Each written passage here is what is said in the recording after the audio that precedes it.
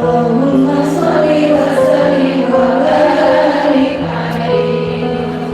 Ilahul qiyam sallallahu ala Muhammad sallallahu alaihi wasallam. Sallallahu ala Muhammad sallallahu alaihi wasallam. Sallallahu ala Muhammad sallallahu alaihi wasallam. Sallallahu ala Muhammad sallallahu alaihi wasallam. Ya Nabi salam alaika, ya Rasul salam alaika, ya Habib salam alaika. Salawatullah alaika. Allah ya Nabi salam alaika, ya Rasul salam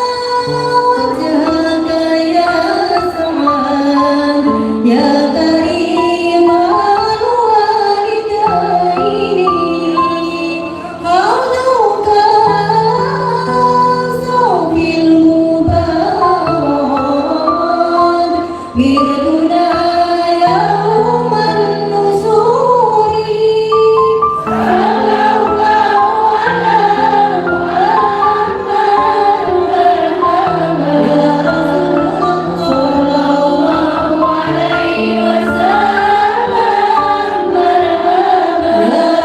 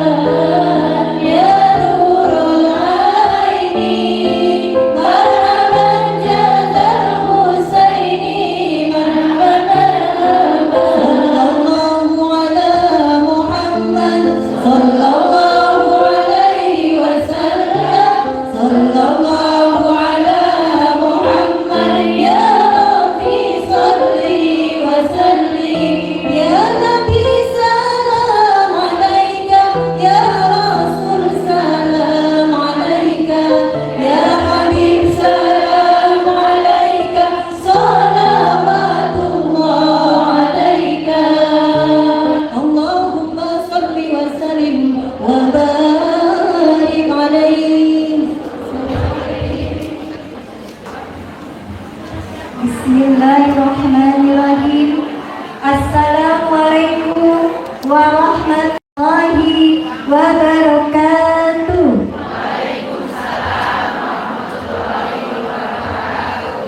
Alhamdulillahirabbil alamin.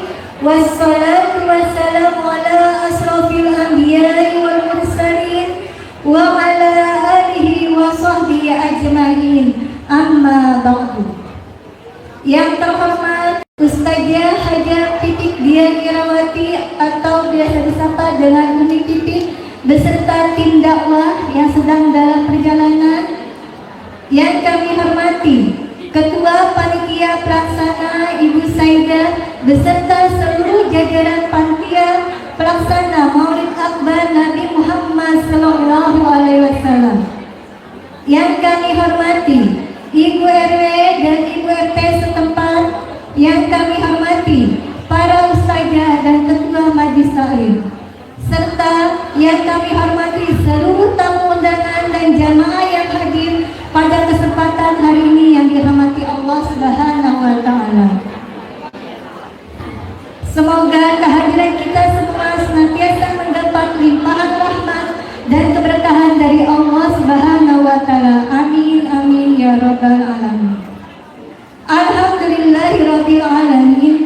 Puji syukur marilah senantiasa kita panjatkan kehadirat Allah Subhanahu wa taala, Tuhan semesta alam, atas segala limpahan rahmat, taufik dan hidayahnya. Salawat serta salam semoga senantiasa tercurah kepada Nabi besar kita Muhammad sallallahu alaihi wasallam, kepada keluarga, sahabat, dan kita semua selalu umat beliau hingga akhir zaman. Hadirin yang berbahagia, Alhamdulillah, pada hari ini yang penuh berkah kita semua dapat berkumpul dalam suasana penuh cinta dan kebersamaan untuk memperingati Maulid Akbar Nabi Muhammad SAW dengan tema Raih Cinta Allah dengan Mencintai Rasulullah SAW yang diselenggarakan oleh Majlis Taklim Baitur Rahim dan TK Islam Baitur Rahim. Semoga dengan peringatan ini tumbuh semakin kuat rasa cinta kepada Rasulullah SAW serta termotivasi untuk meneladani akhlak beliau dalam kehidupan sehari-hari.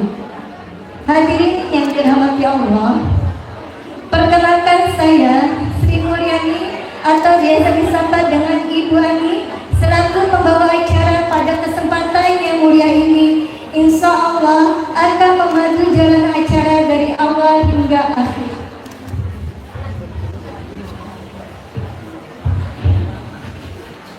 Hadirin yang dirahmati Allah, sebelum acara dimulai, izinkan saya membacakan susunan acara Maulid Akbar pada pagi hari ini sebagai berikut.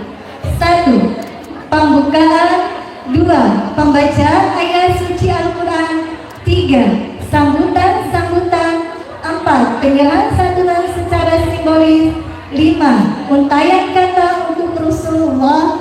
6. Acara inti yaitu tausiah agama. Yang ke-7 doa penutup dilanjutkan dengan penyatunan yatim duafa. Demikian susunan acara yang akan kita lalui bersama. Semoga seluruh rangkaian acara berjalan dengan lancar dan mendapat ridha Allah Subhanahu wa Ta'ala. Amin. Baiklah hadirin yang dirahmati Allah, marilah kita buka acara pada hari ini dengan bersama-sama membaca basmalah. Bismillahirrahmanirrahim. Untuk menambah keberkahan, marilah kita panjatkan doa. Allahumma inni as'aluka ilman nafi'an wa rizqan thayyiban wa amalan mutaqabbalan. Ya Allah, aku memohon kepadamu ilmu yang bermanfaat, rezeki yang baik dan amal yang kau terima. Semoga dengan doa tersebut seluruh kegiatan kita hari ini membawa manfaat dan keberkahan bagi kita semua. Amin amin ya rabbal alamin. Hadirin yang berbahagia, marilah kita dengarkan bersama pembacaan ayat suci Al-Quran surat Ad-Dukhan dari ayat 1 sampai 13 yang akan dibacakan oleh Ananda Rafki dan Ananda Kuisa. Kepada Ananda kami persilakan. Assalamualaikum warahmatullahi wabarakatuh. Alhamdulillahi minas syaitonir rajim. Bismillahirrahmanirrahim. Amin. Wal kitabil mubin. Inna anzalnahu fi lailatin mubarakat. Fi lailatin mubarakatin. Inna kunna mursilin. Fiha yufraqu kullu amrin hakim. Amramil ilina. Inna kunna mursilin. Rahmatan min rabbik.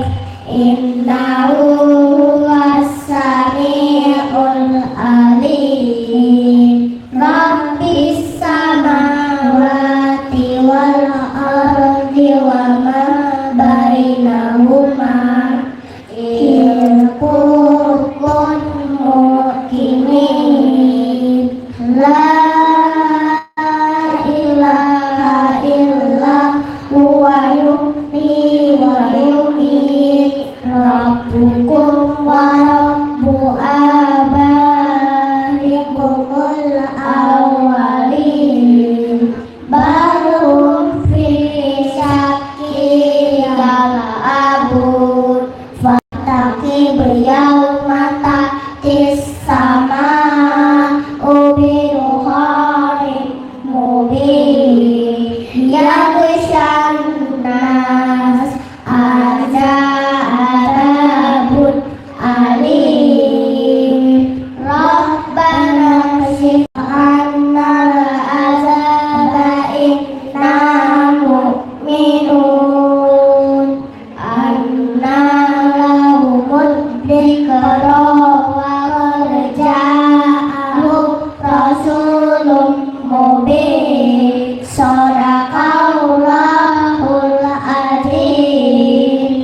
ucapan salam. Assalamualaikum warahmatullahi wabarakatuh.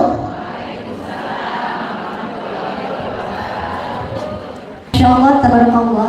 Terima kasih kami sampaikan kepada Ananda Rafki dan Kuinsa yang merupakan siswa-siswi dari TK Islam Baitur Rahim kelompok B. Atas lantunan ayat suci yang begitu merdu dan menyejukkan hati. Semoga ayat-ayat yang telah dibacakan menjadi cahaya dan petunjuk dalam kehidupan kita semua. Amin, amin, ya rabbal alamin. Hadirin yang dirahmati Allah, melanjutkan acara yang ketiga yaitu sambutan-sambutan. Marilah kita simak bersama sambutan-sambutan. Sambutan yang pertama akan disampaikan oleh Ketua Panitia Pelaksana Maulid Akbar Nabi Muhammad Sallallahu Alaihi Wasallam. Kepada yang terhormat Ibu Saidah kami persilakan. A'udzubillahiminasyaitonirrajim. Bismillahirrahmanirrahim. Assalamualaikum warahmatullahi wabarakatuh. Waalaikumsalam warahmatullahi wabarakatuh. Alhamdulillahi ala nikmatil iman wal Islam. Asyhadu an la ilaha illallah wahdahu la syarika lah wa asyhadu anna Muhammadan abduhu wa rasuluh. Allahumma shalli wa sallim ala sayyidina Muhammad wa ala ali sayyidina Muhammad. Amma ba'du. Qala Allah Ta'ala fil Qur'anil Karim ba'da a'udzu billahi minasyaitonir rajim. Bismillahirrahmanirrahim. Qul in kuntum tuhibbunallaha fattabi'uni yuhibbukumullah wa yaghfir lakum dhunubakum wallahu ghafurur rahim. Wa qala Rasulullah sallallahu alaihi wasallam, man ahya sunnati faqad ahabbani wa man ahabbani kana ma'i fil jannah. Sadaqallahul azim wa sadaqa rasulul karim wa nahnu 'ala dzalika minasyahidin wasyakirin walhamdulillahi rabbil alamin. Alhamdulillah, ibu-ibu sekalian yang saya hormati, terutama Ibu Lurah yang belum hadir. Kemudian yang saya hormati guru kita Ustazah Hajah Pipi Dian Irati yang masih dalam perjalanan. Yang saya hormati kepada seluruh ibu-ibu majelis taklim, terutama kepada ketua majelis taklim yang Allah Subhanahu wa taala pilih hari ini untuk hadir ke tempat ini. Kemudian juga yang saya hormati kepada para ustazah yang telah menyempatkan waktu untuk ikut menghadiri acara pada hari ini. Kami aturkan banyak-banyak terima kasih. Dan juga yang saya hormati kepada seluruh panitia yang kayaknya panitia mepet ini Bu ya. Tapi alhamdulillah dadakan. Alhamdulillah dengan izin Allah acara pada hari ini dapat terlaksana dan semoga bisa terlaksana dengan baik sampai acara selesai, dan semoga bisa meninggalkan kesan yang baik bagi semua panitia penyelenggara maupun kepada seluruh para jemaah, bisa membawa kesan yang baik, yang mana tema kita pada hari ini raih cinta Allah dengan mencintai Rasulullah Sallallahu Alaihi Wasallam, yang nanti akan dikupas tuntas oleh ustazah kita Umi Pipi Dian Irawati. Kemudian ibu-ibu sekalian, mungkin sambil mengisi waktu, kita nggak menduga ternyata baru jam 9 acara kita sudah mau selesai, sementara ustazahnya belum datang. Boleh saya jadi Umi Pipi KW Bu? Jadi Umi Pipi KW dulu ya. Kebetulan ini ada guru-guru saya Bu, ada Ustazah Mardian ya, ada guru-guru saya semuanya, ada Ustazah Nenek, Ustazah Zainab ya, semuanya. Alhamdulillah beliau bisa menyempatkan hadir di sini. Untuk sementara saya belajar menjadi Ustazah KW dulu ya Bu ya, Ustazah Pipi ya, Ustazah Pipi KW.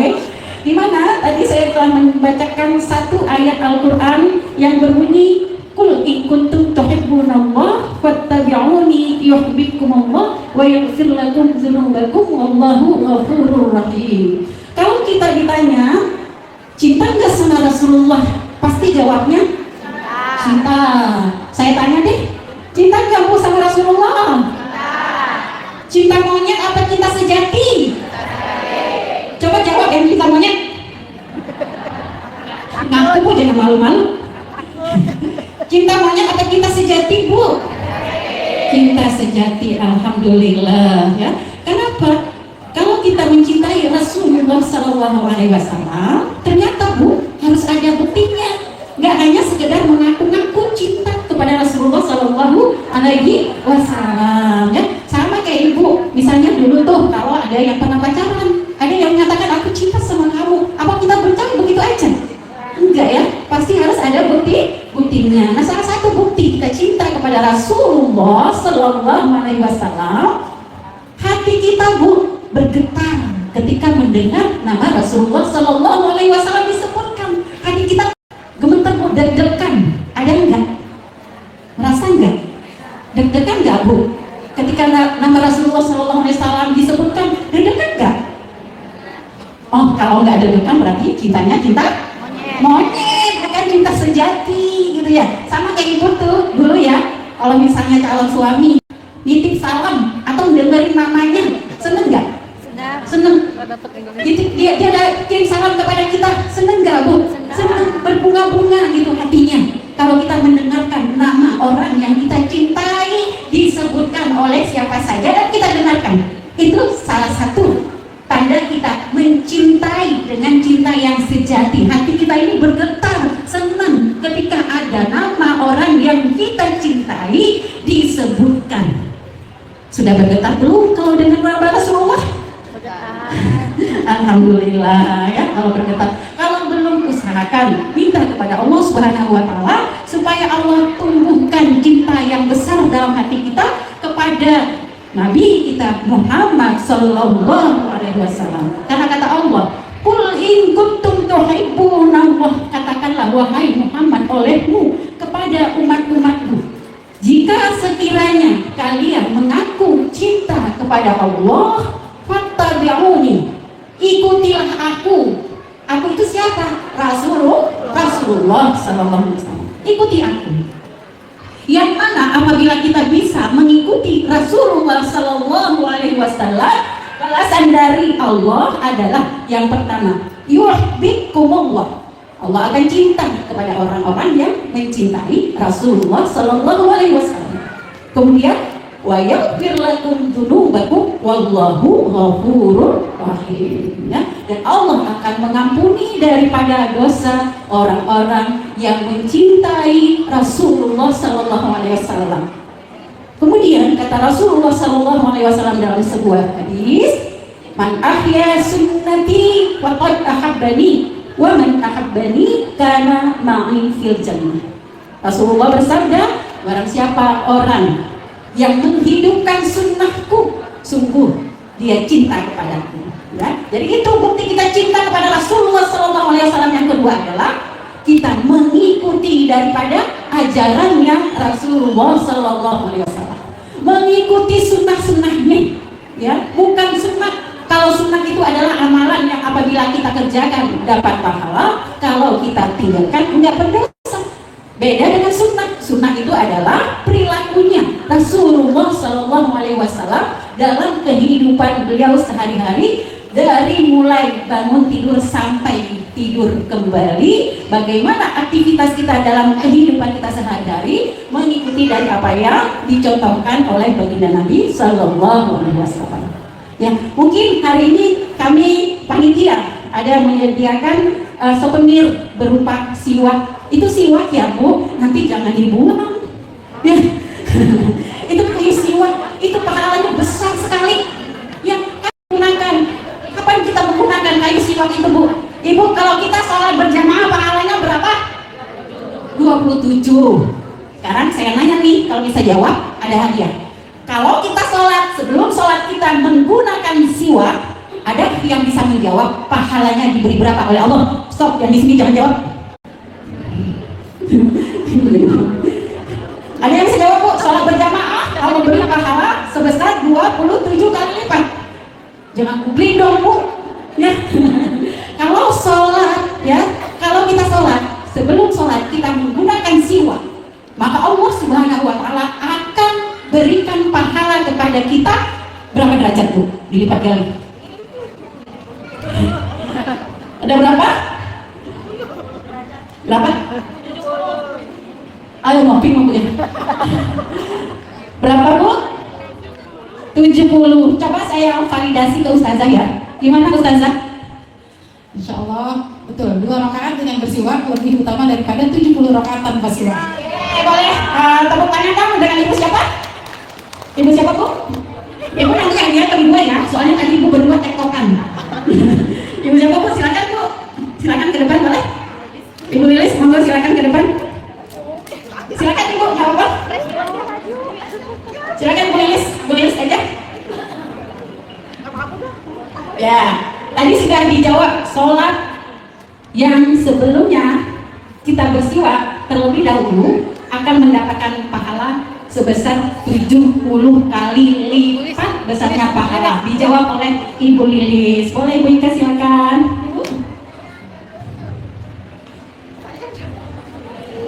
Ya, terima kasih Bu. Selamat ya. Nanti siwaknya digunakan. Terima kasih Bu Lilis. Jadi itu Bu, ternyata sholat sebelum kita sholat kita menggunakan siwak itu lebih besar pahalanya daripada kita sholat berjamaah. Kalau berjamaah kan 27 kali lipat. Kalau kita sholat sendiri di rumah cuma dapat satu. Nih kita nggak bisa ke masjid berjamaah, mau jadiin imam di rumah nggak ada yang lempeng fatihahnya gitu ya misalnya. Maka gunakanlah siwak Bu. Gunakanlah siwak yang alhamdulillah tadi, kalau yang kebagian alhamdulillah ya, kalau yang belum kebagian mohon maaf gitu ya, nanti bisa beli sendiri ya karena terbatas ya. Itu ibu sekalian, siwak ini adalah salah satu sunnahnya Rasulullah SAW, dan Rasulullah menggunakan siwak itu bukan hanya di kala beliau hendak sholat, setiap waktu setiap saat beliau menggunakan kaus siwak. Boleh saya cerita ya, saya cerita ini sambil isi waktu, mudah-mudahan ibu nggak bosan ya. Mudah-mudahan ibu gak bosan sampai 10 menit lagi. Saya cerita Bu, saya punya sahabat saya ini Ibu Fitri ya. Sahabat saya ini suaminya meninggal. Di saat suaminya menjelang meninggal, di saat nazarnya ditalkinkan Bu kalimat la ilaha illallah gitu ya. Ucapkan la ilaha illallah. Apa jawabnya? Gak mau katanya. Ini orang yang sedang sekeratul maut, gak mau Bu. Ketika ditalkinkan kalimat la ilaha illallah, dia gak mengucapkan. Ayo ucapkan, ayo. Enggak, nanti aja. Padahal napasnya udah segini. Dia selalu ucapkan ya la ilaha illallah. Padahal kita tahu kalau seseorang meninggal dapat mengucapkan kalimat la ilaha illallah, maka wajib juga baginya. Nah, suaminya ini nggak mau Bu, nggak mau mengucapkan kalimat la ilaha illallah. Dia masih nggak mau, pokoknya nggak mau aja. Ucapkan ya la ilaha illallah, ditalkinkan terus sama istrinya aja, gitu katanya ya. Sampai istrinya ini kehilangan akal Bu. Dia takut suaminya ini meninggal nggak bisa mengucapkan kalimat la ilaha illallah. Akhirnya apa Bu? Dia ngambil siwak ya, dengar kisahnya. Suaminya ini mulutnya disiwakin sama istrinya. Itu istri solehah. Kalau kita mungkin udah kalah kabut ya Bu ya, paha jangan apa gimana nih anak-anak gitu ya. Udah kalah kabut, jangan Bu, jangan panik ya. Ditalkinkan nggak bisa, kemudian dia ambil kayu siwak Bu, mulut suaminya disiwakin dalam keadaan suaminya sedang nazar, karena dari tadi nggak mau mengucapkan kalimat la ilaha illallah. Disiwakin mulutnya, kemudian dipukul-pukulkan dengan isyarat menggunakan kayu siwak. Akhirnya suaminya itu bisa mengucapkan la ilaha illallah Muhammadur Rasulullah. Baru kemudian suaminya meninggal. Berjayalah dia, surga tempatnya, karena dia bisa mengucapkan kalimat la ilaha illallah di akhir ayatnya. Jadi itu yang kami berikan tadi hanya sedikit souvenir ya, memperkenalkan daripada sunnahnya Rasulullah SAW, supaya yang pertama kita kenal itu sunnahnya Rasulullah. Karena sebagian daripada kita umat Rasulullah pun terkadang nggak tahu Bu. Saya sih dibeli mulut sama anak saya pikir apa? Saya buang karena nggak tahu. Iya. Nah, kemudian mengingatkan kita kepada sunnahnya Rasulullah SAW, mengetahui, mengingatkan dan mengamalkan kehidupan sehari-hari. Itu merupakan satu bentuk bukti cinta kita kepada Rasulullah Sallallahu Alaihi Wasallam, mengamalkan daripada sunnahnya Rasulullah di dalam kehidupan kita sehari-hari. Tadi Ibu nyangka ini ada menyangnya Bu ya? Apa mengundang makhluk halus ini? Ini ada kesukaan Rasulullah ya saja. Kesukaan Rasulullah Sallallahu Alaihi Wasallam, buhun, wangi-wangian. Rasulullah Sallallahu Alaihi Wasallam senang pada wangi-wangian ya, tetapi tentunya wanginya itu bukan untuk diperciumkan kepada laki-laki yang bukan mahram.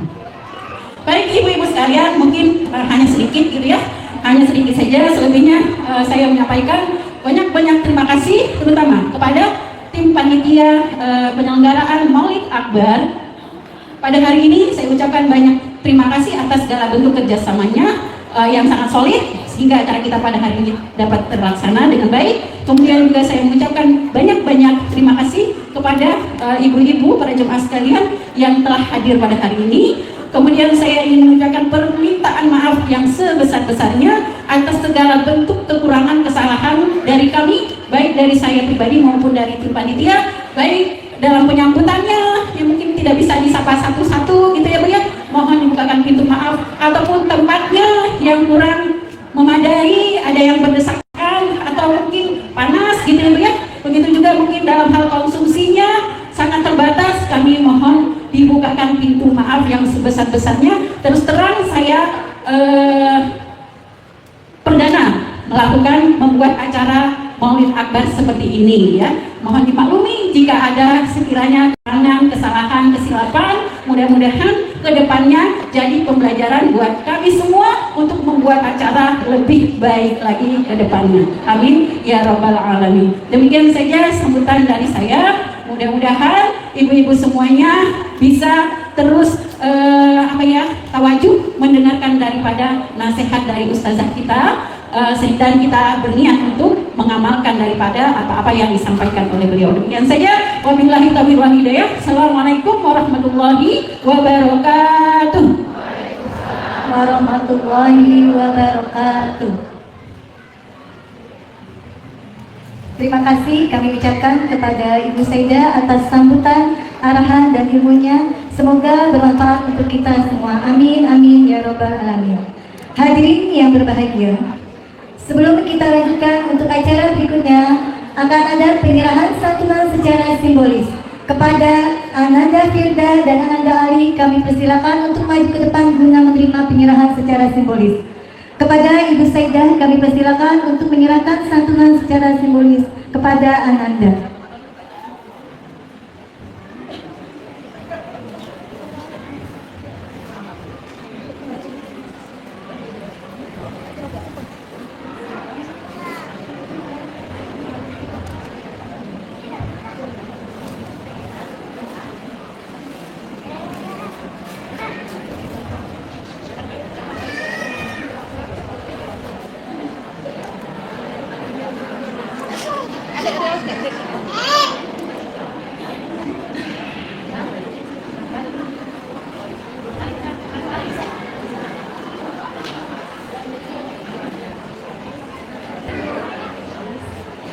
Terima kasih kami ucapkan kepada Ibu Saidah atas prosesi penyerahan santunan secara simbolis.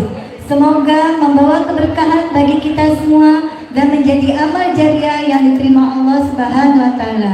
Hadirin yang berbahagia, untuk sambutan berikutnya, karena Ibu Lurah kita, Lurah Baran Ibu Linda Hermawati berhalangan hadir, maka sambutan akan diwakilkan oleh Ketua Majelis Taklim yang insya Allah akan disampaikan oleh Ibu Ustazah Zainab Suryani. Kepadanya kami persilakan. Bismillahirrahmanirrahim. Assalamualaikum warahmatullahi wabarakatuh. Alhamdulillahi rabbil alamin wa bihi nasta'inu ala umuri dunya waddin wassalatu wassalamu ala asrafil anbiya wal mursalin sayyidina wa maulana Muhammadin wa ala alihi wa ashabihi ajmain.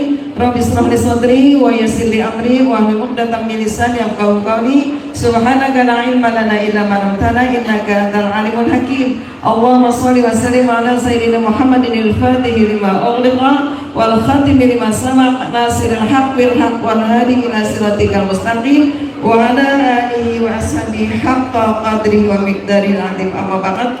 Yang sama-sama kita hormati, kita sayangi, kita banggakan Ketua Panitia pada hari ini yaitu Al-Mukarramah Ustazah Hajah Saidah beserta para asatidz yang insyaallah mudah-mudahan juga selalu ada dalam lindungan Allah Subhanahu wa taala. Panitia yang sudah 1 bulan berencana, alhamdulillah hari ini terrealisasi. Mudah-mudahan ya Panitia juga diberikan keberkahan oleh Allah Subhanahu wa Ta'ala. Capeknya mudah-mudahan dikasih pahala yang berlipat ganda. Terima kasih kepada Ibu Siti Zainab atas sambutan dan arahannya. Semoga apa yang beliau sampaikan dapat menambah semangat kita semua dalam meningkatkan keimanan dan keukhuwah Islamiyah di lingkungan kita.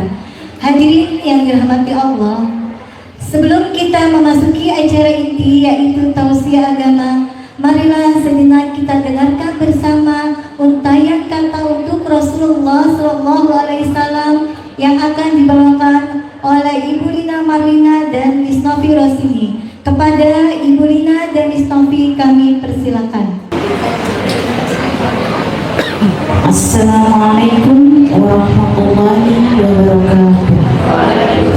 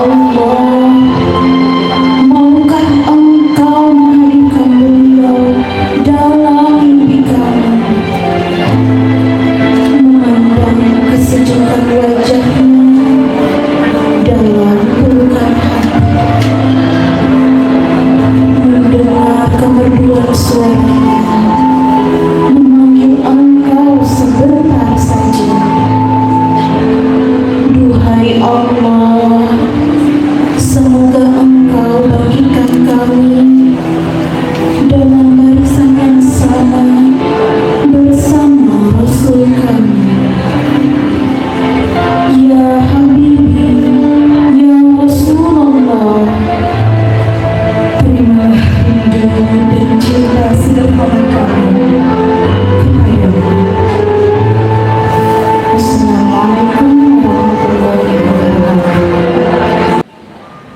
Hadirin yang berbahagia, terima kasih kami ucapkan kepada Ibu Lina dan Miss Novi atas untayan kata yang begitu indah dan menyentuh hati.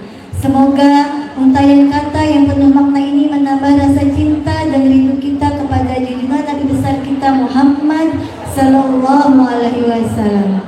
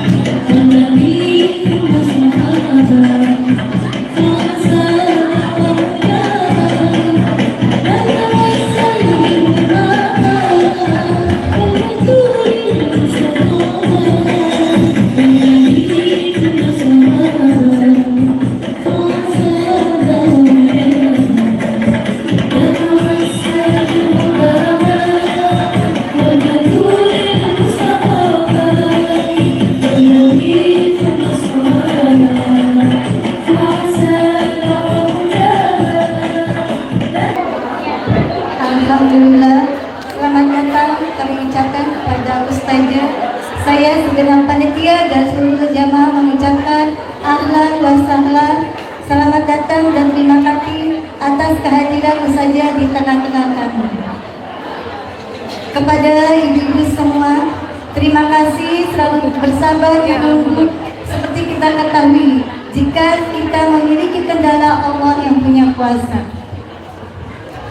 Hadirin yang dirahmati Allah, kini tibalah saat yang paling kita nantikan, yaitu tausiah agama yang insya Allah akan disampaikan oleh Ustazah Hajah Pipik Dian Irawati atau biasa disapa dengan Umi Pipik. Beliau dikenal sebagai seorang mubalighah dan sosok inspiratif yang senantiasa menyuruh umat untuk memperbaiki diri dan memperkuat keimanan. Mari kita buka hati dan telinga kita. Semoga ilmu yang akan kita dengarkan dapat menjadi ilmu yang bermanfaat, menambah iman serta mempererat cinta kita kepada Allah dan Rasulullah SAW. Mari kita dengarkan bersama kepada yang terhormat Ustazah Hajah Pipik Dian Irawati. Dengan segala hormat kami persilakan. Ibu maju, nggak kelihatan. Bismillahirrahmanirrahim. Assalamualaikum warahmatullahi wabarakatuh. Ya, sebentar. Maaf, sorry. Ini lagi ini. Yang di luar kena kelihatan, yang di luar nanti kelihatan. Yang maju kakinya aja, lisannya diem udah. Bismillahi masyaallah la yasukul khair ilallah. Bismillahi masyaallah la yasrifu su' ilallah. Bismillahi masyaallah ma kana min ni'mati fa minallah. Bismillahi masyaallah la hawla wa la quwwata illa billahil aliyyil azim. Subhanallahi 'adada ma khalaqa fis samaa, subhanallahi 'adada ma khalaqa fil ardh, subhanallahi 'adada ma baina dhalik, subhanallahi 'adada ma huwa halik. Alhamdulillahi 'adada ma khalaqa fis samaa, alhamdulillahi 'adada ma khalaqa fil ardh, alhamdulillahi 'adada ma baina dhalik, alhamdulillahi 'adada ma huwa halik. La ilaha illallah 'adada ma khalaqa لا إله إلا الله عدد ما خلق في الأرض لا إله إلا الله عدد ما بين ذلك لا إله إلا الله عدد ما هو خالق الله أكبر عدد ما خلق في السماء الله أكبر عدد ما خلق في الأرض الله أكبر عدد ما بين ذلك الله أكبر عدد ما هو خالق لا حول ولا قوة إلا بالله العلي العظيم عدد ما خلق في السماء لا حول ولا قوة إلا بالله العلي العظيم عدد ما خلق في الأرض لا حول ولا قوة إلا بالله العلي العظيم عدد ما بين ذلك لا حول ولا قوة إلا بالله العلي العظيم عدد ما هو خالق لا إله إلا الله وحده لا شريك له له الملك وله الحمد يحيي ويميت وهو على كل شيء قدير سبحان ملك القدوس سبحان ملك القدوس سبحان ذي الملك والجبروت سبحان ذي الملك والجبروت سبحان ذي العزة والعظمة والقدرته والهيبته والسلطان والأعلي والكبرياء والجبروت والجلال والجمال ولا يموت ولا يفوت عبده سبوح قدوس ربنا ورب الملائكة والروح سبحان الله والحمد لله لا إله إلا الله الله أكبر لا حول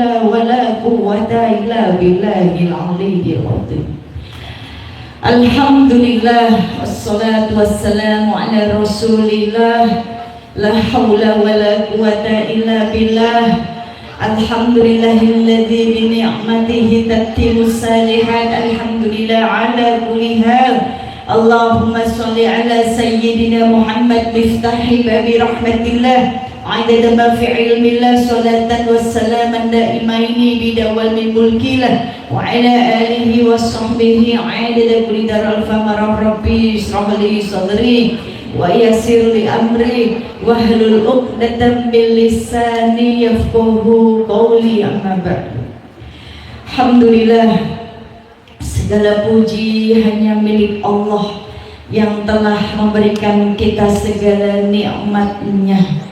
Duduknya kita di sini dalam keadaan sehat walafiat adalah anugerah nikmat yang Allah berikan. Sehat ya ibu-ibu semuanya. Alhamdulillah. Yang saya hormati segenap para asatizah, para ustazah yang tidak saya sebutkan namanya satu persatu, tidak mengurangi rasa takzim saya. Juga ibu-ibu semua yang hadir di sini, semoga duduknya kita mendatangkan keridhaan Allah. Karena tujuan hidup kita satu, yang kita cari cuma Allah ridho. Yang kita cari cuma ridhonya Allah. Kita nggak lagi cari validasi dari orang lain, tapi kita cari ridhonya Allah. Kalau Allahnya ridho sama kita, kemuliaan, kebahagiaan, kesenangan, kemudahan amal soleh kita semuanya dimudahkan oleh Allah. Maka tasihun niatnya, perbaiki niatnya. Niatnya hidup kita cari ridho Allah. Duduk sekalipun duduk di majelis yang mulia ini satu semata-mata ya, supaya Allah tuh ridho sama kita. Karena perjalanan hidup kita di dunia belum selesai. Belum, kita pun sedang tidak baik-baik saja. Bagaimana kita bisa dibilang baik-baik saja kalau kita belum bisa istiqomah dengan amal soleh kita? Lebih mudah mengerjakan dosa daripada mudah mengerjakan amal soleh. Lebih bisa mudah ninggalin amal soleh daripada ninggalin dosa. Betul nggak? Maka kita semua sedang berjuang.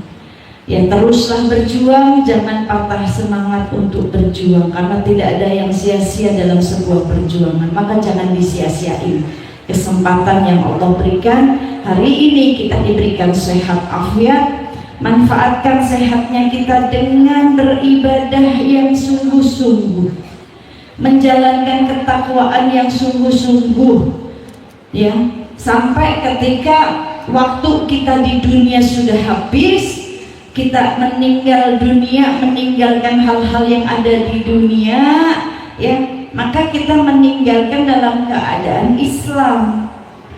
Islam yang syahadat, Islam yang sholat. Syahadat berarti kita benar-benar yakin kepada Allah dan Nabi Muhammad. Islam yang sholat, ya, yang sholat senantiasa kita jaga, yang fardunya, yang sunnahnya, kan begitu. Islam yang puasa, Islam yang zakat, Islam yang haji, kalaupun mampu. Tapi kan pahala haji itu bisa kita dapat dengan kita mengerjakan yang lain. Kalau kita tidak mampu, ya, untuk melakukan ibadah haji karena finansial kita, maka baginda Nabi Sallallahu Alaihi Wasallam memberikan solusi. Di dalam hadis beliau mengatakan, barang siapa yang di pagi hari dia punya niat menolong orang lain, nih baru niat doang nih. Barang siapa di pagi hari dia punya niat menolong orang lain, maka dia akan mendapatkan pahala ibadah haji yang mabrur. Jadi kalau kita nggak punya kemampuan finansial, belum cukup untuk ibadah haji setiap hari, di waktu bangun tidur Allah sehatkan kita, Allah kasih kesempatan kita, berbuat baiklah sebanyak-banyaknya. Niat, baru niat saja sudah tercatat satu kebaikan. Jangan kita punya niat buruk, ya. Dan barang siapa yang di pagi hari dia tidak punya niat untuk menzolimi orang lain, maka saat itu Allah hapuskan dosa-dosanya. Tuh, ya. Jadi banyakin niat yang baik. Baru niat aja udah dicatat, tapi jangan banyakin niat yang buruk sama orang lain. Niat yang buruk walaupun belum dikerjain sudah tercatat satu keburukan. Alhamdulillah. Alhamdulillah dengan nikmat iman. Gimana kabar imannya? Sehat? Baik-baik saja imannya? Lagi naik atau lagi turun? Hari ini imannya lagi naik atau lagi turun? Lagi naik. Iya, lagi naik, soalnya lagi duduk di majelis. Biasanya naik imannya, ya, pengaruh kan gitu. Tapi iman jangan terkesan dengan suasananya, ya, terus dijaga iman. Hari ini naik, nanti keluar dari majelis turun lagi. Berarti kayak keadaan iman manusia ini naik turun. Iman yang naik turun, iman yang naik terus, imannya para anbiya, para nabi, para rasul, imannya naik terus. Iman yang turun terus, imannya iblis. Nah, kalau kita imannya masih kadang naik, kadang turun. Nah, kalau kita tahu iman lagi turun, dijaga, dirawat. Kayak ibu ngejaga handphone, ngerawat handphone, pakai handphone. Semua orang punya handphone sekarang. Handphone udah bukan barang mahal lagi, tapi dirawatnya, dipegangnya 24 jam. Coba bayangin. Berarti kan handphone tuh istimewa banget. Coba seandainya iman diibaratin handphone. Handphone baterainya mau habis diapain? Kirain dibuang, dilem biru. Dicas. Tanda-tanda handphone melemah, baterainya habis tuh cahayanya meredup, ya kan? Begitu. Maka begitu juga iman, ada tanda-tandanya. Ketika turun, hati keras, nggak ada cahaya-cahayanya tuh di wajahnya, ya kan? Terus lemah, keras hati, nggak mau dengar nasihat, udah terasa paling bener, ibadah males, baca Quran males, lebih dekat dengan maksiat. Itu tanda imannya lagi turun. Maka kayak handphone dicas lagi. Kalau mau ngecas handphone, kita yang dicari apanya? Charger. Kalau punya charger gak ada colokan memang bisa. Harus cari colokan, ya kan? Nah, tempat ngecas iman itu benda mati. Kalau benda hidup kayak kita, ngecasnya di mana? Nih, kita cari majelis majelis ilmu, datangin ustazah. Kalau saya mah bukan ustazah, maka saya datang ke sini. Saya kepengen ketemu dengan para ustazah nih semuanya, wanita-wanita salehah di depan saya. Kan katanya kalau memandang wajah orang saleh salehah itu kita dapat rahmat. Nah makanya saya datang pengen ketemu orang-orang yang salihah ini di depan saya supaya saya kecipratan salehahnya, dapat rahmatnya. Yang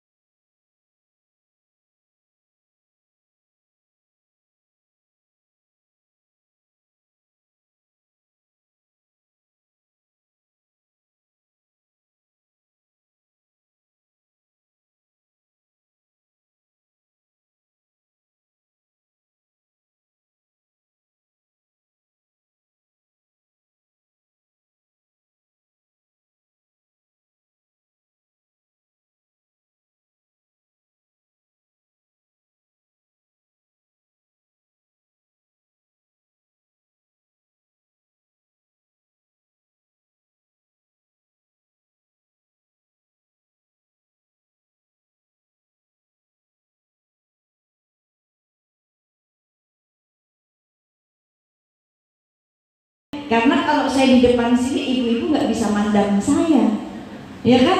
Karena saya belum salihah, makanya biarin saya mandang ibu-ibu semuanya, wanita-wanita salihah ini ahli surga, supaya saya nanti ikut ke surga.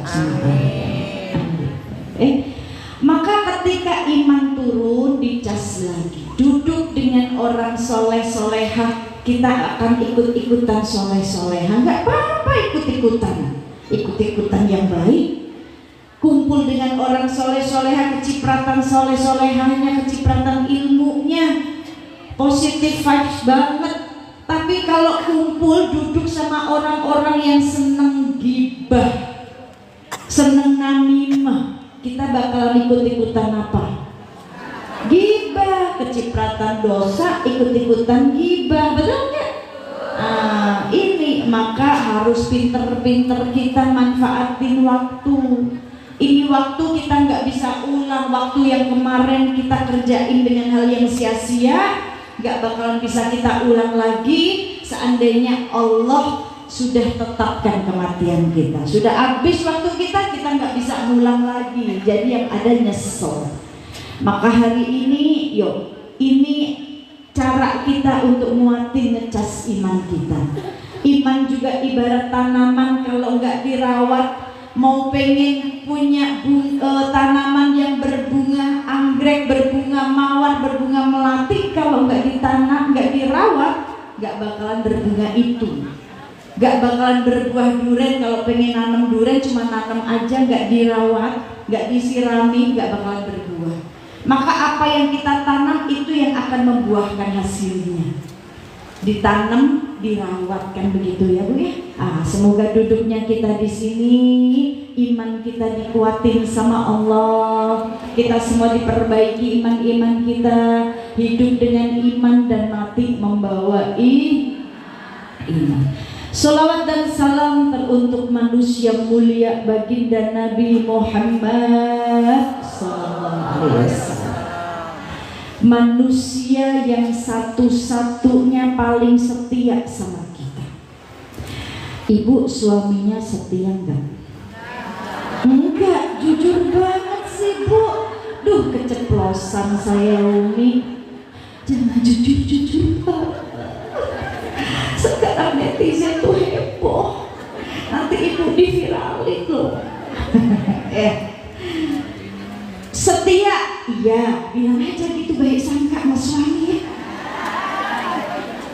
Ini soalnya nggak ada para suami. Kalau ada para suami saya tanya juga, istrinya setia nggak Pak? Kok kenapa kita yang paling jawab sendiri? Pede banget. Insya Allah dua-duanya setia, menemani, mendampingi. Tapi kesetiaannya cuma sampai di batas liang lahat saja cintanya. Emang kalau suami mati, istri yang katanya setia, cinta, mati, mau dikubur nemenin? Kasihan suami saya sendiri, gak ada yang ngajak ngobrol. Ibu duduk aja di samping kuburan, 24 jam nemenin. Kamu lagi apa? Makan di situ juga. Kamu udah makan belum? Kayak orang stres. Ya Bu ya, gak mungkin ada yang mau menemani. Tetapi baginda Nabi Shallallahu Alaihi Wasallam cintanya dibawa sampai yaumil kiamah. Yang manusia suami katanya cinta sama istri, istri cinta sama suami, orang tua cinta sama anak, anak cinta sama orang tua. Tapi nanti ketika satu hari ini datang, kita dibangkitkan semua, dikumpulkan di padang mahsyar, hari di mana semua lari satu sama lain. Hari di mana semua orang sudah tidak peduli nafsi-nafsi. Suami tidak cariin istrinya. Semua datang menghadap Allah nafsi-nafsi, membawa diri sendiri dengan rasa cemas, rasa takut dalam keadaan telanjang satu sama lain. Bahkan Siti Aisyah radhiyallahu anha bertanya kepada Rasulullah, ya Rasulullah, apakah mereka nanti tidak punya rasa malu? Mereka semua saling telanjang. Ya Aisyah, rasa malu ini nanti sudah tidak ada. Yang ada mereka dengan rasa takut datang menghadap Allah dengan rasa cemas. Seorang istri datang tidak bergandengan tangan dengan suami dan anaknya, tidak. Nafsi-nafsi sendiri, bahkan nyariin suami, nyariin anaknya pun tidak. Seorang ibu datang tidak sedang menggandeng anaknya, tidak. Bahkan seorang ibu yang saat itu melahirkan di padang mahsyar, posisi anak yang dilahirkan dia jadikan pijakan kakinya. Semua ada nafsi-nafsi. Kenapa dipijak? Anaknya kenapa diinjak? Karena supaya tidak tenggelam. Kita semua tenggelam Bu, kita semua tubuh kita dibanjiri dengan keringat. Sekujur tubuh kita mengeluarkan keringat, berkeringat. Bagaimana nggak berkeringat? Sejengkal matahari di atas kepala kita nanti keadaan di padang mahsyar. Semua terguyur dengan keringatnya, takaran keringat manusia. Ada yang sampai batas lututnya, naik lagi, ada yang sampai berhenti di batas perutnya, ada yang berhenti di batas dadanya, ada yang berhenti di tenggorokannya, ada yang berhenti di lubang hidungnya, ada yang tenggelam dengan keringatnya sendiri.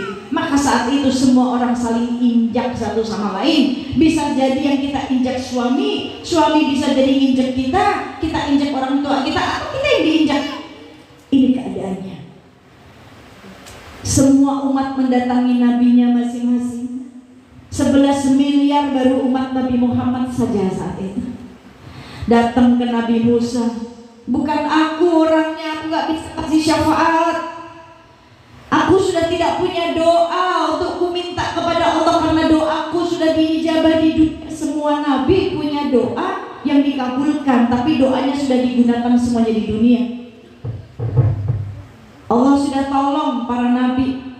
Nabi Musa ditolong oleh Allah ketika dikejar-kejar mau dibunuh oleh Fir'aun. Nabi Ibrahim ditolong oleh Allah ketika dibakar oleh Raja Namrud, api menjadi dingin. Nabi Yunus ditolong oleh Allah keluar dari perut ikan paus. Semua nabi sudah diberikan pertolongannya, sudah dikabulkan doanya di dunia. Hanya doa baginda Nabi Muhammad yang beliau minta di yaumil kiamah beliau sampaikan. Beliau baginda Nabi Muhammad ketika mendapatkan penderitaan demi penderitaan, beliau tidak berdoa memohon kepada Allah ya, untuk apa ya? Untuk doa pembalasan buat mereka yang menzoliminya. Tidak. Sesuatu yang berhubungan dengan dirinya beliau sendiri, beliau rasakan sendiri.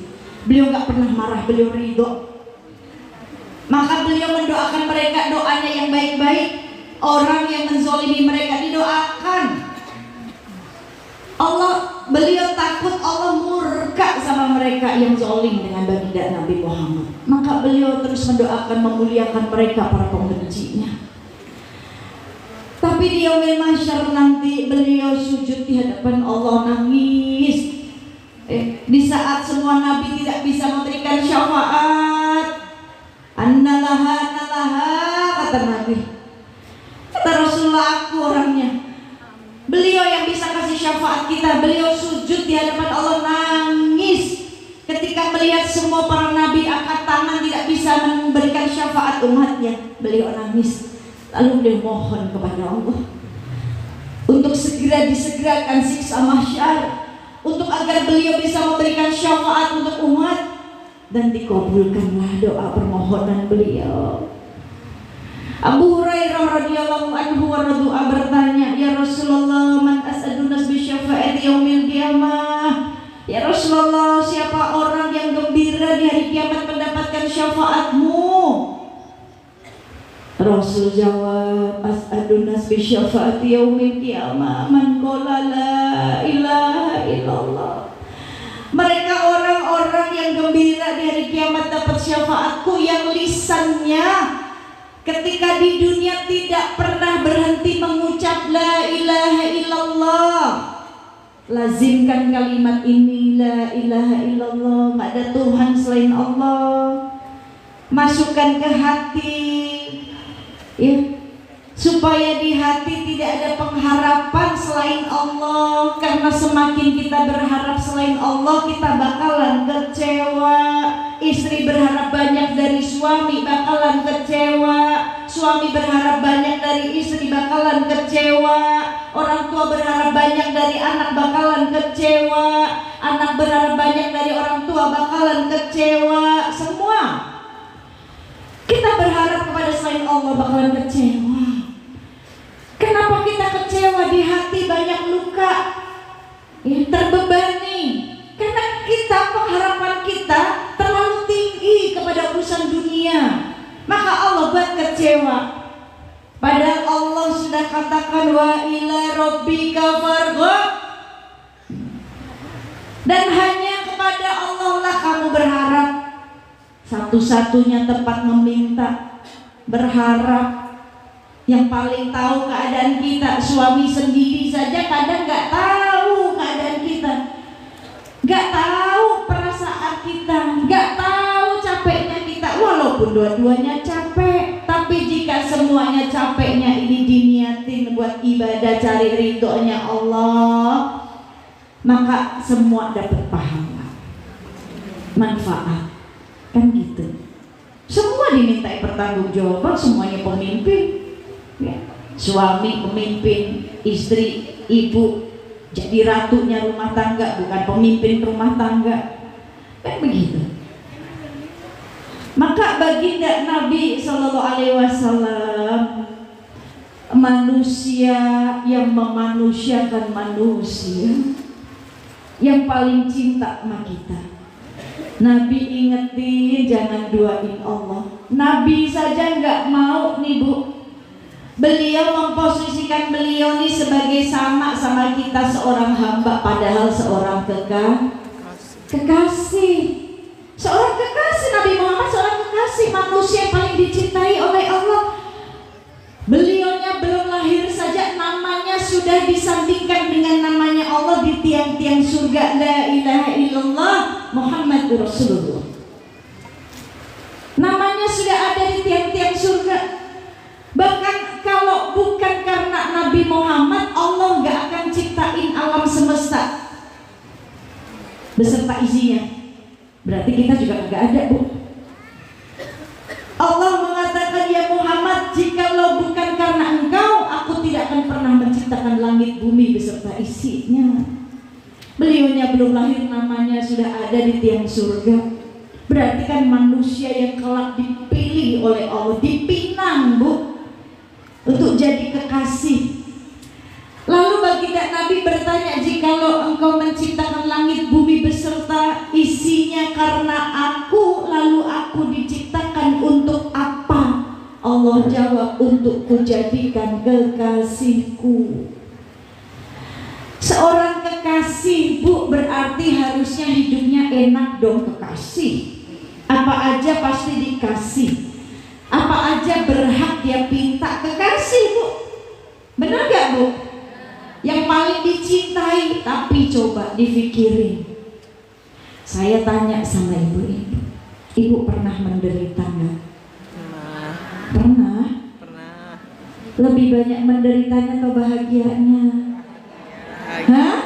Bahagia. Menderitanya apa bahagianya? Bahagia. Bahagia. Terus kenapa bilang pernah menderita? Gak bersyukur amat. Lebih banyak menderitanya ibu apa Nabi Muhammad? Nabi Muhammad. Ya udah, jangan bilang menderita, udah alhamdulillah umi. Kan begitu. Beliau seorang kekasih Allah, coba buat beliau bisa punya hak minta sama Allah, ya Allah, aku kan kekasihmu, aku ingin tinggal di istana yang megah, semua ada. Apakah beliau minta seperti itu? Di mana rumahnya beliau? Besar atau kecil? Yang sekarang menjadi makam beliau itulah rumah beliau. Tidak tinggal di istana, Bu, tidak. Padahal seorang kekasih, beliau punya hak. Kenapa beliau gak minta itu? Karena beliau merasa dirinya pun sama dengan kita, seorang hamba. Beliau seorang kekasih punya hak minta, ya Allah, saya kepengen tiap hari ada buah di meja saya, buah-buah yang lezat, yang segar dari surga, makanan-makanan yang lezat. Apakah beliau minta itu, Bu? Bahkan beliau satu hari pernah tidak makan, Bu. Beliau menahan rasa laparnya, beliau ikat perutnya dengan batu, Bu. Hingga ketika beliau memimpin sholat berjamaah, sahabat mendengar suara-suara seperti tulang-tulang yang bergesek. Ketika beliau selesai sholat, para sahabat bertanya, ya Rasulullah, apakah engkau sakit? Aku mendengar seperti tulang-tulang bergesek dalam tubuhmu, ya Rasulullah. Tidak, aku baik-baik saja. Ditanya lagi, semua bertanya sampai akhirnya Rasul tidak bisa bohong lagi. Beliau buka jubahnya dan banyak batu diikat di perut beliau. Sahabat terkejut, ya Rasulullah, apakah ini suara ini yang aku dengar, ya Rasulullah? Iya. Untuk apa, ya Rasulullah, kau lakukan ini? Kau ikat batu itu di dalam perutmu? Untuk menahan rasa laparku. Ya Rasulullah, kenapa tidak meminta kepadaku jika di rumahmu tidak ada makanan, ya Rasulullah? Aku ini sanggup berjuang, berkorban, bahkan nyawa memberikan untukmu, ya Rasulullah. Apa jawab Rasul? Aku malu kepada Allah jika meminta kepadamu. Aku seorang hamba sama seperti kalian. Supaya aku bisa merasakan ada umatku yang tidak makan, kelaparan. Nih, yang dirasakan beliau saat ini dirasakan saudara-saudara kita di Palestina. Terus kita bilang hidup kita paling menderita. Kita masih bisa makan enak, tidur nyenyak, punya tempat, makanan setiap hari ada di meja kita. Kadang banyak makanan gak kebagian mulut saking mubazirnya tuh. Banyak makanan, tapi banyak yang gak makan, mubazir. Tapi di saudara-saudara kita di Palestina banyak mulut gak ada makanannya. Kalau di rumah kita banyak makanannya, mulutnya yang gak ada. Bener gak? Kadang gak dimakan di meja makan kita, utuh ada. Tapi saudara-saudara kita di Palestina banyak mulut gak kebagian makan. Giliran ada makanan, mereka mau ngambil, ditembak-tembakin, berdesak-desakan sampai mereka menangis. Anak-anak udah kayak busung lapar. Terus kita bilang kita menderita. Apa yang membuat kita menderita? Karena krisis iman kita. Kita gak bersyukur dengan apa yang Allah berikan kepada kita. Ini yang baginda Nabi sedang rasakan. Beliau tidur seadanya-adanya, tidak di kasur yang empuk. Seorang kekasih bisa tidur di atas kasur yang empuk, ya, ukirannya emas, bisa seorang kekasih. Tapi beliau tetap tidurnya di atas pelepah kurma. saudara-saudara kita di Palestina rasakan. Ini kita jauh dari baginda Nabi, dari akhlak, dari kepribadian, kehidupan. Kita lebih enak, Bu. Harusnya kita bersyukur kita sebagai umat Rasulullah akhir zaman. Kita nggak harus menderita dulu untuk mengenal Allah. Kita nggak harus menderita dulu untuk memeluk agama yang mulia Islam. Tapi baginda Nabi Muhammad dengan segala penderitaannya ketika menyebarkan Islam, beliau rasakan sendiri untuk mengajak orang-orang beriman kepada Allah, mengenal agama yang mulia. Perjuangannya nggak mudah, dicaci, dimaki, dihina, diludahi, dilemparin batu, kotoran. Tapi beliau ridho, sabar. Kita menderita tapi masih bisa makan enak, Bu. Nggak sampai diludahin orang dalam penderitaan kita, betul nggak? Sebenci-bencinya orang sama kita, pernah nggak kita sampai diludahi? Pernah nggak sampai dikasih kotoran? Enggak, kita masih dimanusiain sama orang. Tapi beliau baginda Nabi Muhammad tidak dimanusiain, Bu. Saat itu, tetapi beliau memanusiakan manusia, memanusiakan mereka yang tidak memanusiakannya. Berarti ini akhlak yang harus kita teladani. Banyak kebaikan yang dicontohkan oleh beliau. Laqad ja'akum rasulun min anfusikum azizun 'alaihi ma 'anittum harisun 'alaikum bil mu'minina raufur rahim. Telah datang Rasul dari kaummu sendiri, segala penderitaan kita tuh dirasain, Bu, sama beliau, diambil alih semuanya. Yang kata kita kelaparan, beliau lebih dulu lapar. Yang kata kita juga kehilangan, beliau lebih dulu merasa kehilangan. Dari adik kandungan saja beliau sudah yatim. Coba ini, beliau hanya menginginkan keimanan dan keselamatan bagi umatnya. Beliau yang penyabar dan penyantun. Maka cintai orang yang dicintai Allah, cintai orang yang paling dicinta, disayang sama Allah, maka Allah akan ampuni dan sayangi kita, cintai kita. Qul in kuntum tuhibbunallah fastabi'uni yuhibbukumullah wa yaghfir lakum. Nih, asbabun nuzul ayat ini turun ketika saat itu tidak semua orang beriman kepada Nabi Muhammad. Mereka hanya beriman kepada Allah, bahkan terang-terangan mengatakan aku hanya mencintai Allah saja. Belum mengimani Nabi Muhammad, belum percaya. Nabi dikatakan penyair, penyihir, pembohong. Bu, Nabi saja seorang kekasih Allah gak bisa lepas dari mulutnya manusia. Betul gak? Nah, kita siapa mau lepas dari mulut manusia? Semua punya mulut, semua punya telinga. Kita juga punya mulut, kita juga punya telinga. Orang berhak mau ngomongin kita apapun asal kita jangan ngomongin mereka. Orang berhak gibahin kita, mau fitnah kita, itu hak mereka. Dia punya mulut tapi kita jangan. Karena kita gak akan dihisap dengan apa yang mereka ucapkan terhadap kita. Mau kita digibahin, mau kita difitnah, mau kita dicaci, dihina, kita tidak dihisap dengan apa yang mereka lakukan sama kita. Tapi kita akan dihisap dengan apa yang kita kerjakan sendiri, kita ucapkan sendiri. Maka hati-hati. Udah fokus sama diri kita saja, gak usah fokus sama dosa orang, gak usah fokus dengan kehidupan orang. Betul gak? Emang kehidupan kita gak menarik? Kita lebih tertarik sama kehidupan orang. Emang kehidupan kita nggak banyak dramanya? Lebih banyak dramanya, Bu.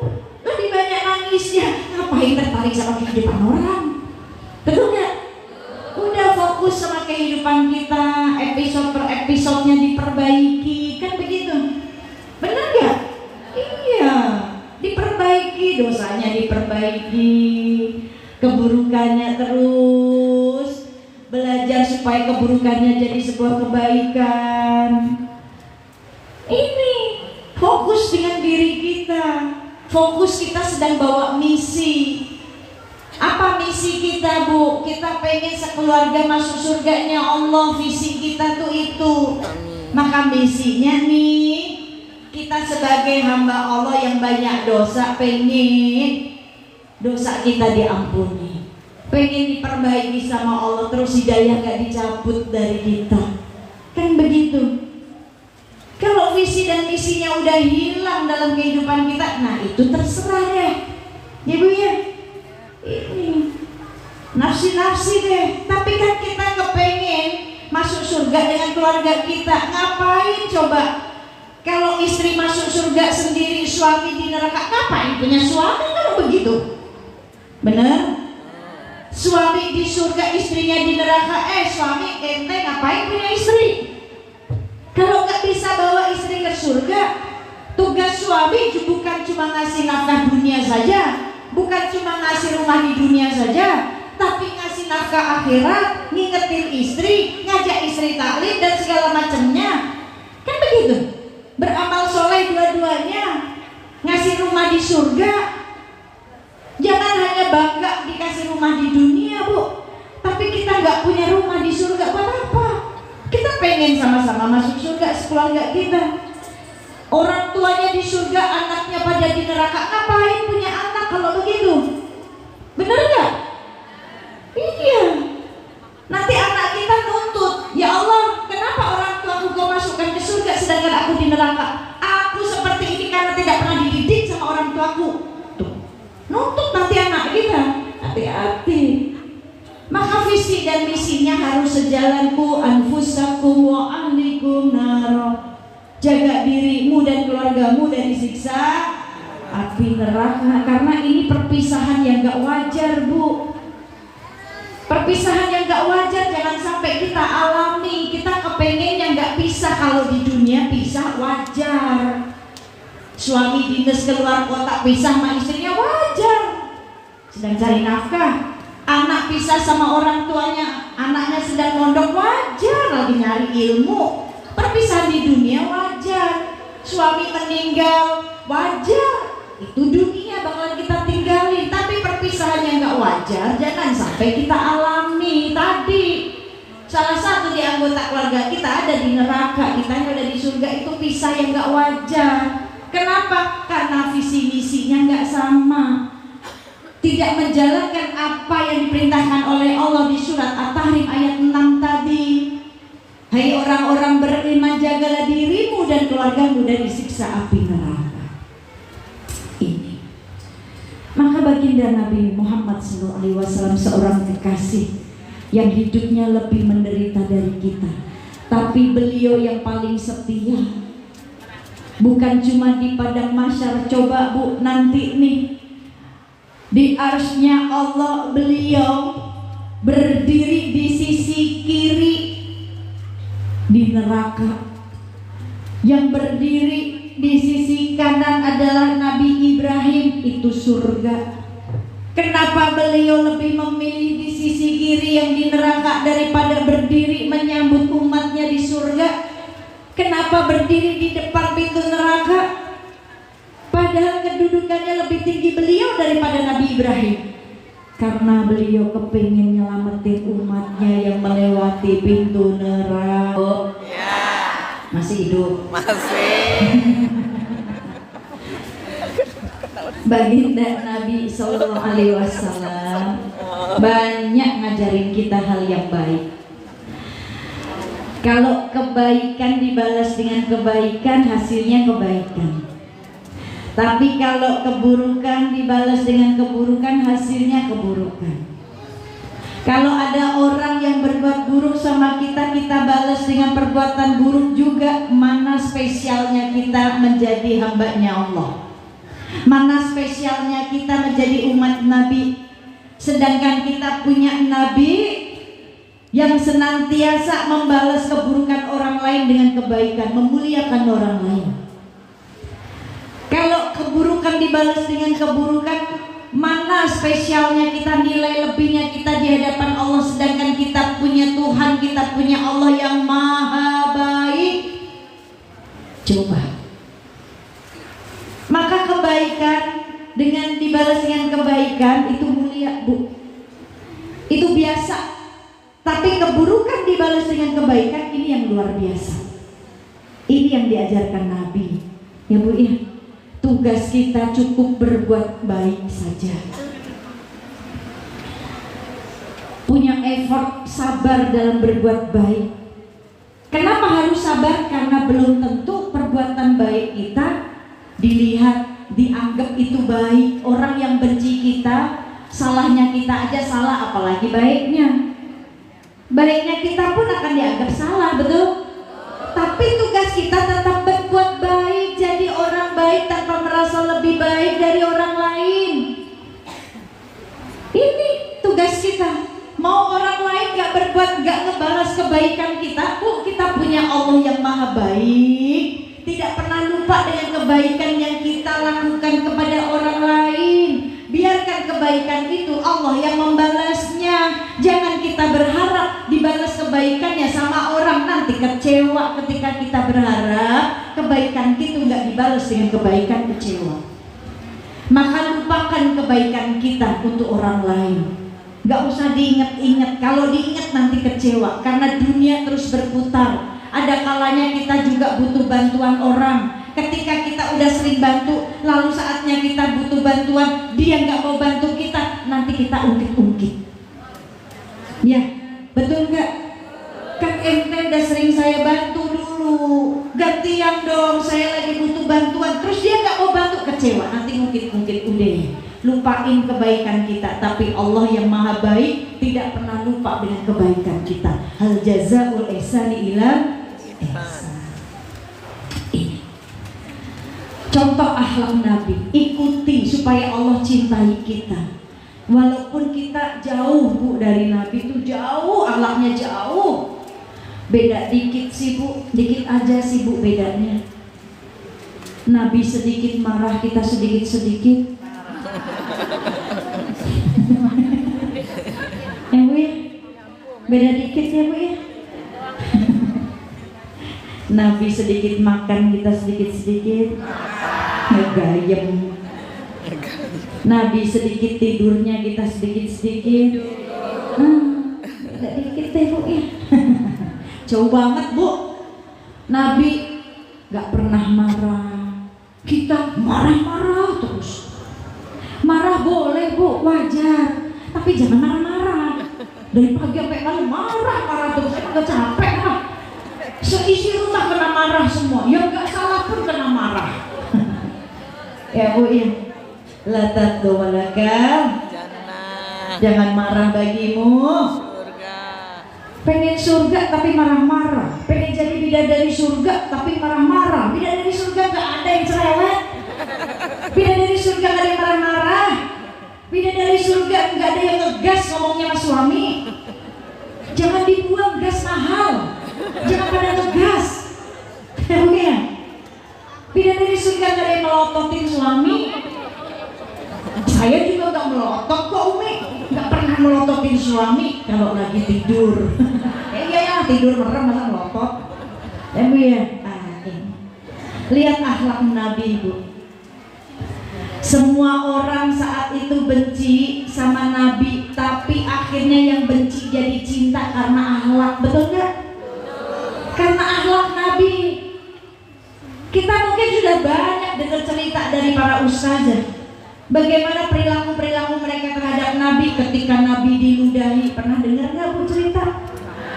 Pernah. Ibu pernah nggak ngerasain diludahi sama tetangga? Lewat diludahi, lewat lagi diludahi. Pernah nggak? Nabi pernah Bu. Diingetin lagi supaya kita sadar. Coba Nabi yang diperlakukan begitu aja tetap sabar, tetap mendoakan yang baik, tetap menyambung silaturahmi. Ya.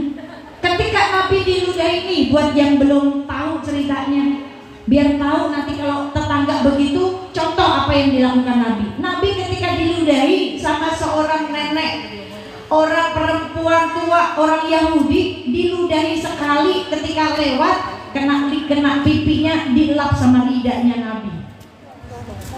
Besok lagi lewat lagi, diludahi lagi, kena lagi, dilap lagi sama Nabi. Nabi cuma senyum. Ketiga kalinya mau lewat ditahan sama para sahabat, ya Rasulullah jangan lewat lagi deh, nanti diludahi lagi. Apa jawab Nabi? Nanti kalau aku nggak lewat sana dia kecewa kepadaku. Coba kita, ibu lewat rumah tetangga diludahi sekali, mau lewat lagi nggak? Gimana nggak lewat, jalannya cuma itu? Gimana caranya?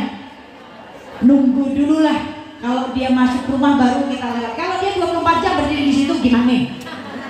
Coba. Muter orang jalannya cuma itu satu-satunya. Kan gitu. Sampai ketiga kali begitu Nabi lewat, orang yang ludahin gak ada. Nabi nanya, kemana orang yang biasa berdiri di sini? Oh, dia sedang sakit ya Rasulullah. Nabi sedih, Bu. Nabi langsung ke pasar beli buah, Nabi datengin rumahnya, Nabi jenguk. Coba kita, ketika kita lewat dia nggak ada, terus denger dia lagi sakit, kita bilang apa? Tuh, gimana mau deket ke Nabi, bencinya, dendamnya tuh nggak hilang-hilang. Syukurin loh, walat ente ya Bu ya. Tapi Nabi sedih, Bu. Bahkan Nabi datang bawa buah. Hai Muhammad, untuk apa kau menjengukku? Bukankah aku sudah berperilaku buruk kepadamu? Gak ada orang yang datang menjengukku. Aku datang bawakan buah-buahan supaya engkau cepat sembuh. Karena engkau tidak mengenalku, tuh makanya tak kenal maka tak. Kebiasaan kita kadang kita nggak kenal, cuma lihat di sosial media kita seuzon sama orang. Hidup 24 jam sama dia juga kagak. Ini nih netizen nih, banyak yang seuzon. Benar ya Bu? Makanya ada istilah tak kenal maka tak sayang. Kenali supaya sayang, nggak cukup tahu.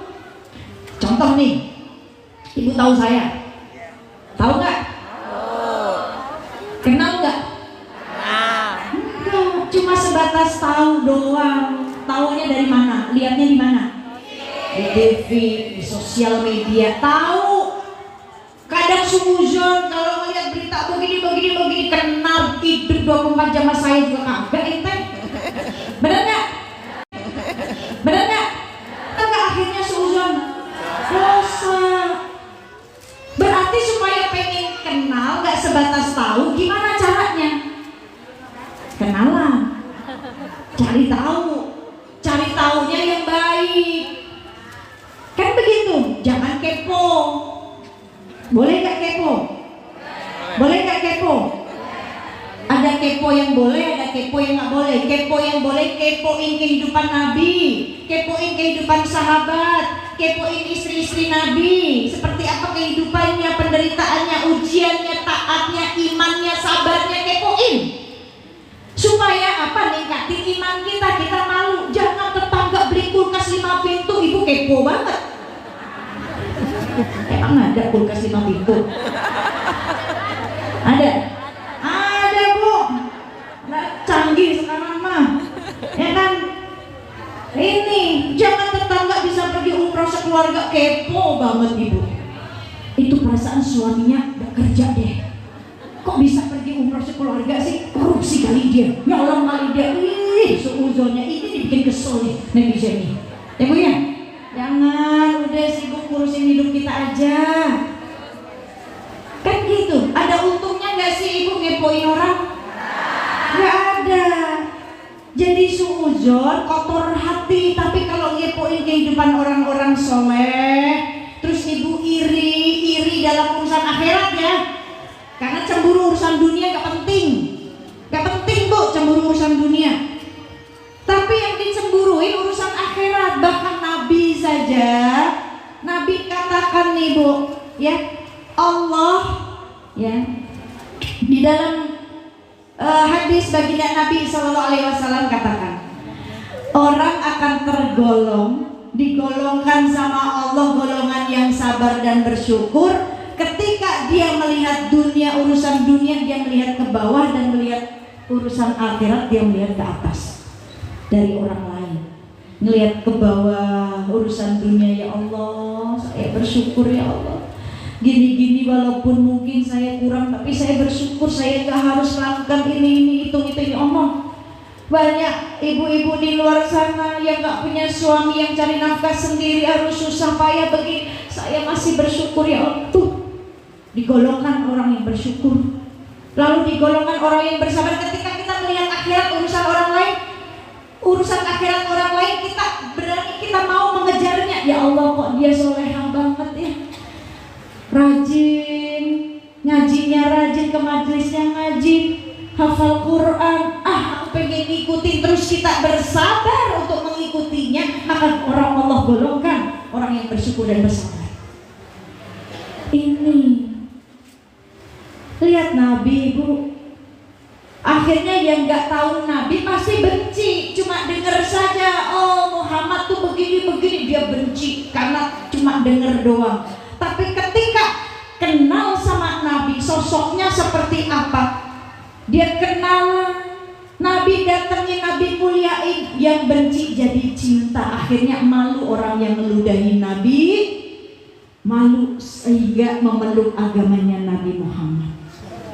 Nabi dicaci maki, bunuh Muhammad tukang bohong, penipu. Coba di depan Nabi, tapi Nabi senyum. Nabi pulang minta kepada Siti Aisyah makanan, Nabi datang lagi, Nabi suapin di depannya orang ini, orang buta yang nyaci maki Nabi. Nabi suapin. Sebelum nyuapin dia, Nabi tahu muliain dia gimana. Dihalusin makanannya, Bu, sebelum masuk ke mulut si pencaci, dimakan. Hei anak muda, kalau ketemu Muhammad bunuh saja ya. Ini yang diomongin orangnya ada di depan.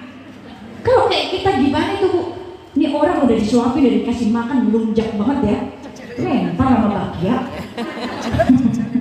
Bu ya, ini Nabi dengan perlahan-lahan, dengan sabarnya nyuapin. Sampai suatu hari Abu Bakar Siddiq datang ke rumah putrinya, bertanya kebiasaan Rasulullah, kebiasaan baik Rasul yang belum pernah aku lakukan itu apa, aku pengen ngerjain. Dikasih tahu, Rasulullah sering berdiri di ujung jalan, ada laki-laki buta, Rasul suapin. Terus Abu Bakar minta makanan kepada putrinya Aisyah. Beliau datang ke sana, pas mau nyuapin, udah nyampe di depan orang tersebut lagi nyaci maki Rasul. Bunuh Muhammad tukang bohong, bunuh Muhammad penipu. Abu Bakar aja sampai heran, ini Rasulullah nggak salah nyuapin orang yang maki-maki Rasul. Oh bener-bener nih orang, kan mungkin gitu bahasanya. Sama Abu Bakar tetap disuapin. Anak muda, kalau ketemu Muhammad bunuh ya, dijejelin lagi sama Abu Bakar. Sekali dua kali dipegang tangan Abu Bakar. Siapa engkau? Engkau bukan orang yang biasa nyuapin aku. Dalam hati Abu Bakar nih, orang nih buta tapi nggak bego juga ya. Tahu kalau ternyata bukan Abu Bakar yang biasa nyuapin. Kenapa? Karena dia bisa ngerasain perbedaannya. Kata Abu Bakar, aku yang biasa nyuapin kamu? Bukan. Orang yang nyuapin aku tuh tangannya wangi sekali, bahkan makanannya halus, tapi kau tidak. Kata Abu Bakar senyum sinis, emang nih buta tapi nggak bego nih orangnya, tahu kan gitu ya. Karena Abu Bakar tidak seperti yang Rasul lakukan, disuapin, dihaluskan dulu makanannya. Abu Bakar langsung dimasukin, langsung disuapin. Engkau ingin tahu siapa orang yang menyuapimu? Iya. Siapa dia? Dan siapa engkau? Aku Abu Bakar, sahabatnya. Engkau ingin tahu? Dialah Muhammad SAW. Begitu mendengar nama Muhammad, jantungnya berdetak hebat. Selama ini orang yang dia caci maki, dia teriak-teriak minta orang buat bunuh Muhammad. Tapi satu-satunya orang yang peduli, yang menyuapinya, bahkan dihaluskan makanannya sebelum masuk ke dalam mulutnya. Dia menangis, Bu. Malu, tidak pernah menyangka. Oh, selama ini dia hanya sebatas tahu tapi tidak mengenal sosoknya. Maka dia katakan kepada Abu Bakar, Islamkan aku, izinkan aku ke makam Muhammad, aku ingin memeluk agamanya Muhammad. Ini karena akhlak. Kita nggak bisa kasih hidayah orang lain. Allah mutlak, hidayah milik Allah. Tapi kita bisa menjadi asbab hidayah, turunnya hidayah dari Allah karena akhlaknya kita. Maka teruslah berbuat baik dan gak usah ngarepin perbuatan baik kita dinilai, dianggap, dibalas. Udah cukup berbuat baik. Biarkan hidayah itu Allah turunkan karena perbuatan baik kita. Seperti halnya ada seorang bertanya kepada imam besar, ya imam, ada dua manusia, yang satu dia ahli ibadah tapi gak pernah berbuat baik, orang lain itu disakiti dengan lisannya, tapi dia ahli ibadah. Yang kedua ada orang ahli maksiat tapi baik banget, dia selalu nolong orang. Di mana, siapa di antara mereka yang paling baik? Dua-duanya baik, tanya imam tersebut. Orang yang ahli ibadah tapi akhlaknya nggak baik, semoga dengan ibadahnya Allah turunkan kebaikan, hidayah hingga dia berbuat baik. Asbab ibadahnya. Yang satu ahli maksiat tapi baik, semoga dengan kebaikan akhlaknya menjadi turunnya hidayah Allah, dia jadi orang yang tidak bermaksiat lagi. Lalu siapa yang tidak baik? Yang senang menilai dan merendahkan orang lain, itu yang gak baik. Betul? Maka tugas kita senangi orang. Yang terakhir Bu, semua orang saat itu di zaman Nabi yang hidup dengan Nabi karena tahu akhlaknya Nabi, berbondong-bondong pengen nyenengin Nabi. Masa kita yang jauh dari Nabi, gak pernah melihat wajah Nabi, kita gak kepengen nyenengin Nabi Bu? Ada seorang yang fakir miskin, laki-laki Bu, laki-laki fakir miskin, dia saja sampai pengen nyenengin Nabi. Dia susah cuma punya uang segitu-gitunya, sisa uangnya dia belikan anggur untuk dikasih sama Nabi. Walaupun mungkin anggurnya bukan anggur yang layak, bukan anggur yang istimewa yang diberikan untuk Nabi, bahkan mungkin dia malu, ini bukan hadiah yang istimewa, anggurnya pun mungkin gak layak, tapi karena cintanya dia sama Nabi, pengen nyenengin Nabi, dia tetap belikan anggur seada-adanya. Dia datang menemui Nabi, dia kasih anggur itu berharap Nabi terima, dan alhamdulillahnya diterima sama Nabi. Nabi senang dengan pemberiannya walaupun menurut dia tidak layak. Dia tungguin, berharap ini bukan cuma diterima tapi dimakan sama Nabi. Lalu Nabi makan anggur satu-satu. Bu, Nabi kalau makan anggur tuh bukan dipetikin satu-satu begini dimakan, enggak Bu. Nabi makannya begini tuh Bu, digigit langsung tak gitu dari giginya Nabi. Ih, gemes ya Bu ya. Semua dimakan sama Nabi satu-satu sambil senyum sampai habis. Orang yang kasih anggur itu pulang dengan hati yang gembira, disenengin sama Nabi. Dia nggak menyangka pemberiannya diterima, bahkan langsung dihabiskan di depannya. Menangis dia bersyukur. Lalu sahabatnya ngingetin Nabi, negur, ya Rasulullah, biasanya engkau kalau punya makanan selalu dibagi sama kita. Itu tadi anggurnya dihabisin sendiri. Terus Nabi bilang, kenapa anggur ini tidak aku bagi kepada kalian? Karena rasanya tidak enak.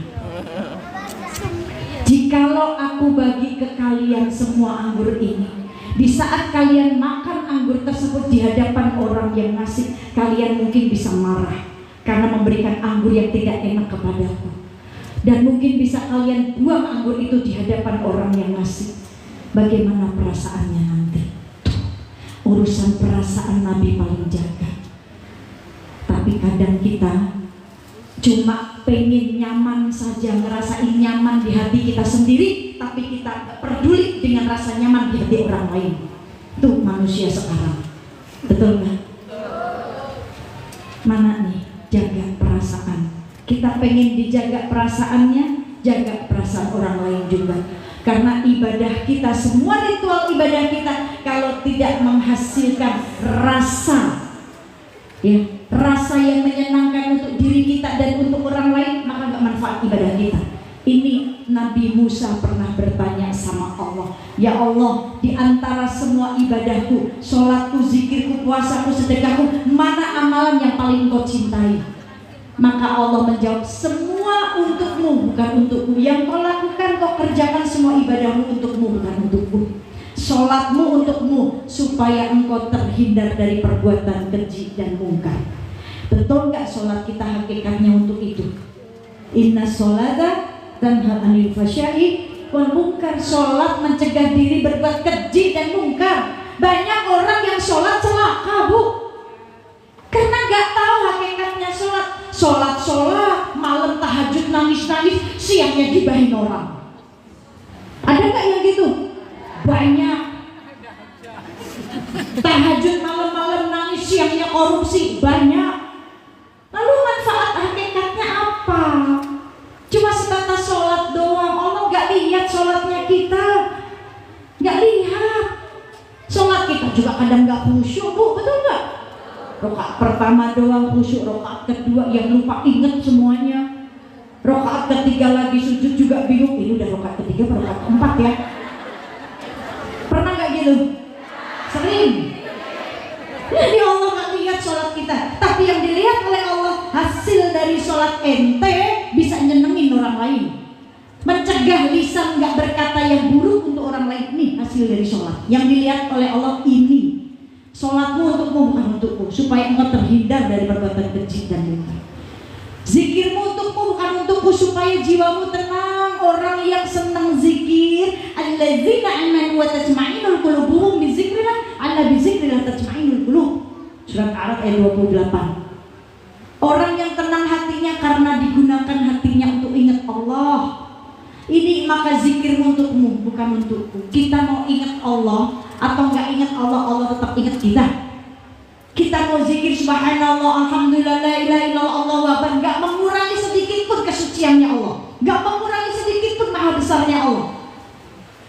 Ini mau 1000 kali pun kita subhanallah, subhanallah, nggak ngurangin, Bu, sedikit pun kesuciannya Allah. Tapi zikir itu untuk nenangin kita, kata Allah. Puasamu pun untukmu, supaya engkau terjaga hawa nafsu. Sedekahmu untukmu, ya. Lalu Nabi Musa nanya, ya Rob, kalau begitu di antara semua amal ibadahku, bukan amalan yang paling engkau cintai, amalan mana yang membuatmu senang? Apa jawab Allah?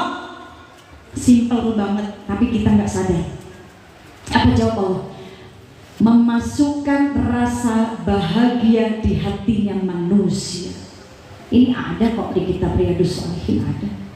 Memasukkan rasa bahagia di hati manusia. Di kitab Nasahi Diniyah juga ada. Memasukkan rasa bahagia di hati manusia, nggak semua orang bisa, Bu. Karena orang hanya bisa nyenengin perasaannya sendiri, menaruh rasa nyaman di hatinya, tapi nggak peduli dengan rasa nyaman di hati orang lain. Ini kebanyakan orang. Lihat baginda Nabi, dengan ketika orang melukai beliau, bahkan sekalipun orang ngasih hadiah beliau tetap memberikan nyaman di hati orang lain, walaupun di hati beliau sendiri beliau rasain gak enak. Ini menyenangkan hati orang lain, bikin Allah senengin kita, memudahkan urusan orang, bikin Allah mudahin urusan kita, mengangkat kesusahan orang, bikin Allah angkat kesusahan kita, kan gitu ya, Bu ya. Ini hakikat dari ibadah kita. Semua harus mendatangkan kebaikan untuk kita dan untuk orang lain. Ini akhlak yang bisa kita contoh dari Nabi, supaya Allah cintai kita, cintai orang yang paling dicintai oleh Allah, yaitu Nabi Muhammad. Yang dicintai akhlaknya, yang diteladani akhlaknya. Itu Insya Allah. Baik ibu-ibu yang dirahmati oleh Allah, ini saja ya Bu ya, ini yang bisa saya sampaikan. Oh iya, yang terakhir, Bu, yang terakhir, Ibu tahu akhlaknya Nabi seperti apa? Seperti Al-Quran berjalan. Kalau kita pengen meneladani akhlak Nabi, berarti Al-Qur'annya dibaca. Jangan cuma dibaca doang. Al-Quran gak akan menjadi sebuah syifa petunjuk kalau gak kita amal. Jadi jangan hanya dibaca saja. Yang belum baca Quran, satu hari gak pernah baca Quran, nih kesempatannya Allah hari ini. Allah kasih kesempatan hari ini. Pikirin yang hari ini aja, gak usah mikirin besok, belum tentu besok kita masih hidup. Betul gak? Pikirin yang hari ini. Mati gak ada yang tahu. Kapan waktunya gak ada yang tahu. Gak ada yang tahu siapa duluan yang mati. Ibu-ibu mau duluan, saya belakangan aja. Hah? Bareng? Gak bisa lah. Iya. Gak ada yang tahu kematian. Mati gak nunggu tua dulu, yang muda mati gak nunggu sakit dulu, yang sehat mati gak nunggu kaya dulu, yang miskin juga mati. Jadi udah miskin jangan pada sombong. Betul nggak? Yang kaya aja mati, apalagi yang miskin. Kan begitu. Maka nih, kalau baca Quran jangan cuma baca bahasa Arabnya doang. Emang ibu ngerti bahasa Arab artinya? Cari Al-Quran yang di bawahnya juga udah ada terjemahannya. Jadi kita tahu petunjuk Allah apa, perintah Allah apa, jadi kita amalin. Kalau ibu cuma baca Quran, cuma bahasa Arabnya aja ibu baca, kayak nonton film India. Ibu nonton film India, nggak ada terjemahan teks Indonesianya, bahasa mereka bahasa India, bukan bahasa Indonesia diterjemahin, nggak pakai bahasa Indonesia, tetap pakai bahasa Indonesia, bahasa India, tapi nggak ada terjemahan teks Indonesianya. Ibu ngerti nggak ceritanya apa? Kagak. Orang Indianya nangis, ikut-ikutan nangis. Dia ketawa, ikut-ikutan ketawa. Dia joget, ibu goyang-goyang. Padahal ceritanya nggak tahu dia lagi apa.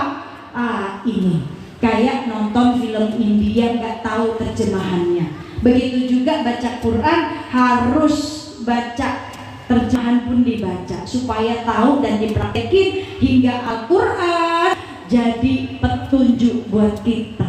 Kalau udah dikasih petunjuk, kita praktekin, kita selamat.